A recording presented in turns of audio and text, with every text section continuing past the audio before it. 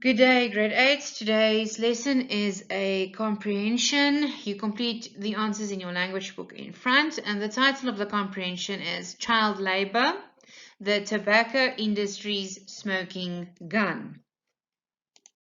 I'm going to read the comprehension to you and then discuss the questions, and then you can answer those for me in your language book. The heading again is Child Labor, the Tobacco Industry's Smoking Gun. That only means that instead of adults, they are using children to harvest the tobacco for them.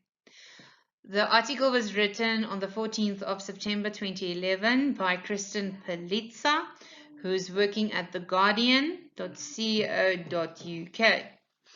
Okay, please pay attention, read through it. If you're not going to listen to it, just make sure that you understand the passage. In Malawi and beyond, child workers as young as 5 are being exposed to the toxic dangers of tobacco harvesting. At the height of the tobacco harvest season, Malawi's lush flowing fields are filled with young children picking the big green yellow leaves. Some can count their age on one hand.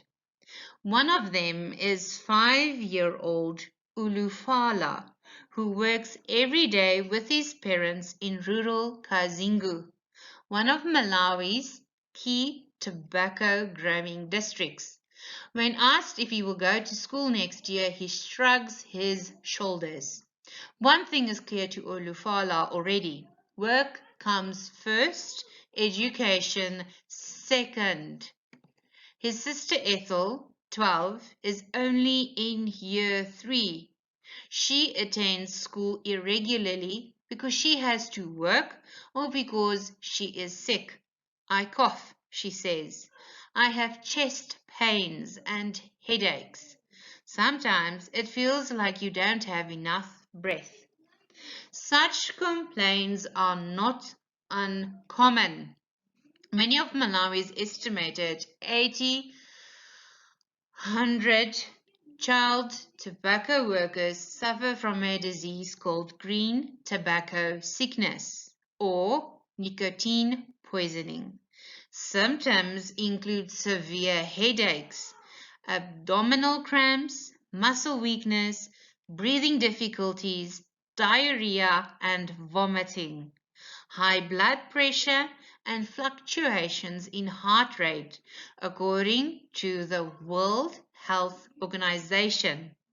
Since the handling of the leaves is done largely without protective clothing, workers absorb up to 54 milligrams of dissolved nicotine daily through their skin, equal to the amount of 50 cigarettes, according to 2005 research by Professor Robert McKnight of the College of Public Health at the University of Kentucky, Lexington. Farm owners routinely plead ignorance of the health implications. I never heard about touching tobacco leaves being dangerous, says Frashton Mkwanta, who plants 15 hectares of tobacco in Kazingu district.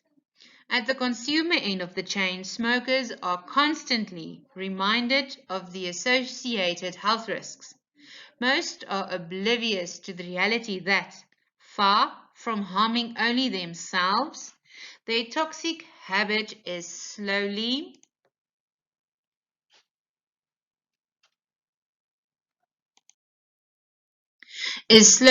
killing the underage children involved in the production process. Malawi, which has the highest number of child laborers in Africa, is a key offender.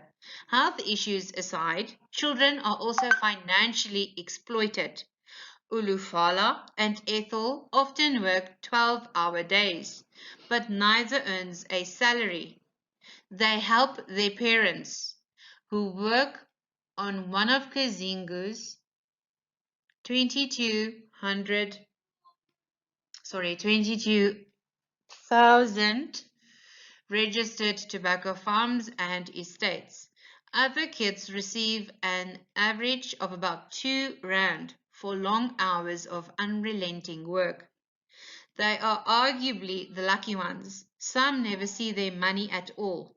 We have many reports of children who were lured into labor with promises of good pay, but at the end of the season, all they get is an old sweater, says Grace Masanya, Malawi project manager for Plan the International Child Rights, NGO.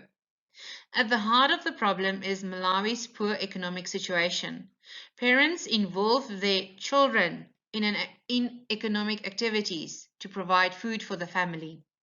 The tobacco giants, who all have anti-child labor policies in place, insist they abide by the rules.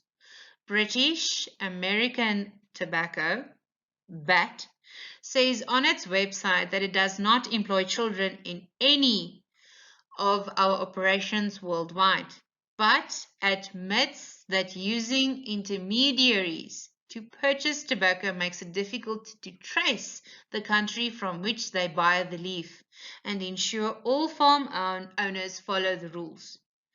And so the people of Malawi benefit little from their green gold. Malawi remains one of the least developed nations in the world, ranking 153 out of 169 countries on the 2010 Human Development Index.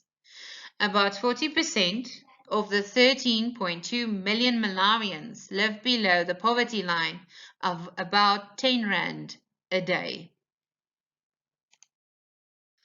Okay, you're going to complete questions 1 to 7. Question 1, what is the newspaper article about? You can write that in 1 to 2 sentences.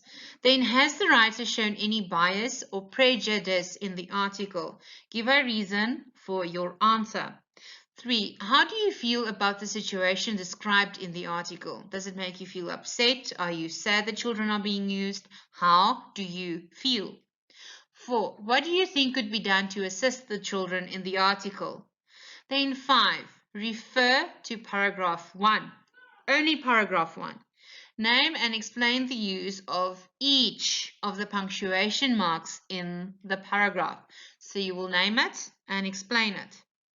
Then 6. You only refer to paragraph 7.